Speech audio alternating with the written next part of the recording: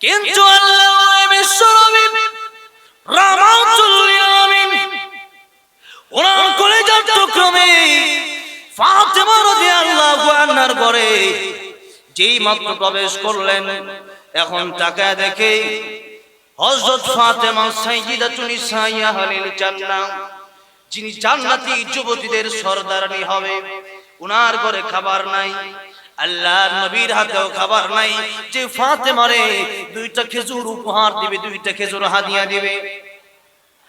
আল্লাহর নবী ঘর থেকে বের হয়ে চলে গেলেন ইহুদির বাড়িতে, ইহুদির খেজুর বাগানে গিয়া ডাক দিয়ে বলে, ইহুদি রে, তোমার এই বাগানে কি একটু কাজ করার সুযোগ হবে?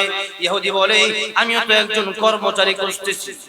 ও ইহুদি, তুমি কি করো, কি জন্য কর্মচারী খোঁজো? ইহুদি বলে, এই যে আমার খেজুর বাগান, এই বাগানে পানি দেওয়া দরকার, পানি দেওয়ার জন্য একজন কর্মচারী দরকার। চিন্তা করেন, বিশ্ব নবী যিনি তাম পৃথিবীর জন্য রহমত, আখিরাতেও আমাদের জন্য রহমত, সেই বিশ্ব নবী কাজের জন্য বলতেছেন ইহুদিকে। কিন্তু আল্লাহ নবী যদি বলতেন, সাহাবীরা আমাকে একটু 5টা 10টা খেজুর দাও, বাপ ছিল না। কিন্তু আল্লাহ নবী এটা বলেন নাই।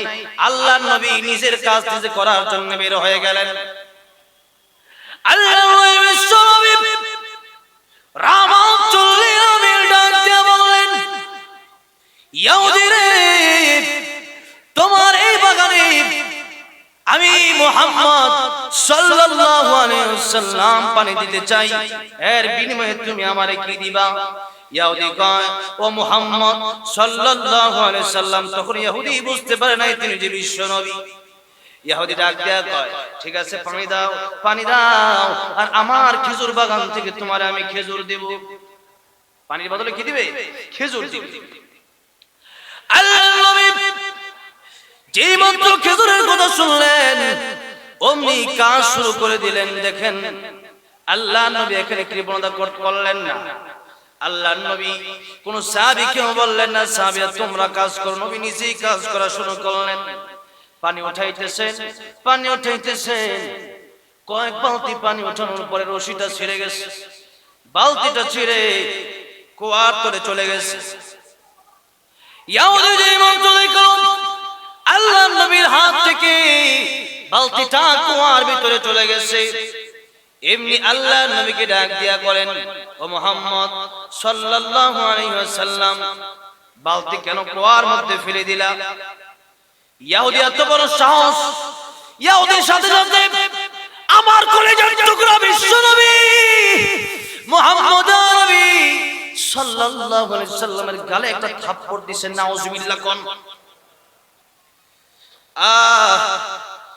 আল্লাহর নবীর গালে যে মাত্র থাপ্পড় দিয়েছে, আল্লাহর নবী তো সুন্দর ছিলেন, এত সুন্দর ছিলেন। আমিনার গর্তে আল্লাহর বিশ্ব নবী যখন জন্মগ্রহণ করলেন, আমিনা ডাক দিয়া বলেন, ও মক্কার লোকেরা, মক্কার ভিতরে এত সুন্দর ছেলে আমি কোনদিন দেখি নাই। আব্দুল মুত্তালিব ডেকে বলেন, রামেনা, এই মক্কা কেন, মদিনা কেন, ব্যবসার জন্য বহু জায়গায় আমি গিয়েছি, যত জায়গায় আমি গেলাম আমার নাতি মুহাম্মদে আরবি সাল্লাল্লাহু আলাইহি সাল্লামের মতো সুন্দর চেহারাওয়ালা বাচ্চা আমি জিন্দেগিতে কোনোদিন দেখি না। জিবরাইল ডেকে বলেন,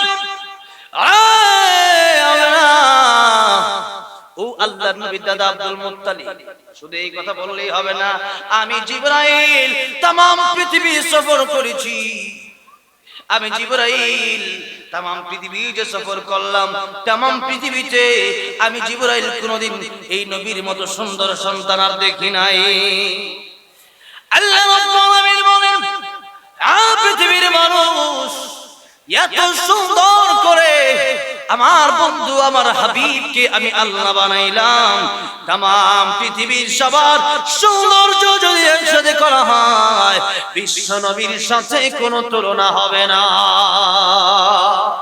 তোমার সৃষ্টি যদি হয় এত সুন্দর, না জানে তাহলে তুমি কত সুন্দর, কত সুন্দর।